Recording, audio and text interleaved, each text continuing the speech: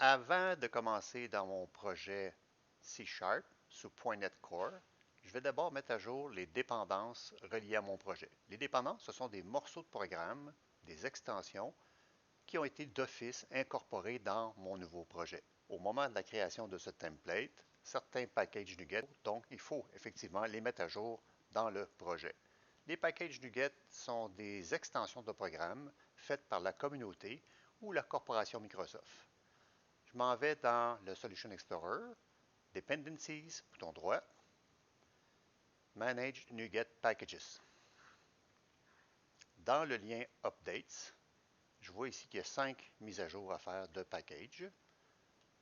Je clique Sélectionner All Packages, puis je clique sur Update. Je confirme l'update des packages et des dépendances qui en découlent. Je confirme pour les licences, j'accepte. Vous devriez arriver à un résultat semblable.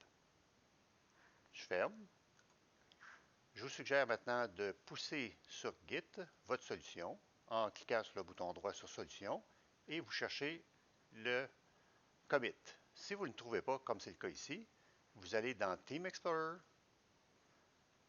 vous allez dans Changes, vous tapez votre commentaire, Package NuGet, puis vous cliquez sur la pastille Commit All and Push.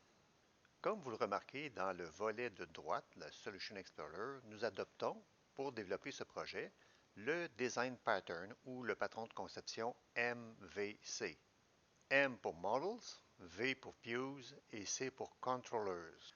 Sur Internet, on rapporte que le modèle vue contrôleur ou MVC est un motif d'architecture logicielle destiné aux interfaces graphiques lancé en 1978 et très populaire pour les applications web.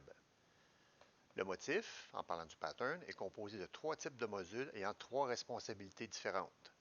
Un modèle contient les données à afficher, une vue contient la présentation de l'interface graphique, c'est-à-dire finalement la page web, et un contrôleur contient la logique concernant les actions effectuées par l'utilisateur. En ce qui nous concerne, nous allons développer dans Areas notre MVC, c'est-à-dire notre contrôleur, notre modèle et notre vue.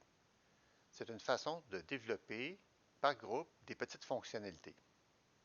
Ainsi, chaque area aura ses pages, ses contrôleurs, ses vues et ses modèles. La première étape consiste à aller sur Areas, bouton droit, Ajouter, classeur. Je vais créer une section que je vais appeler Stage au pluriel. Sur Stage, je vais maintenant créer les 3 classeurs MVC.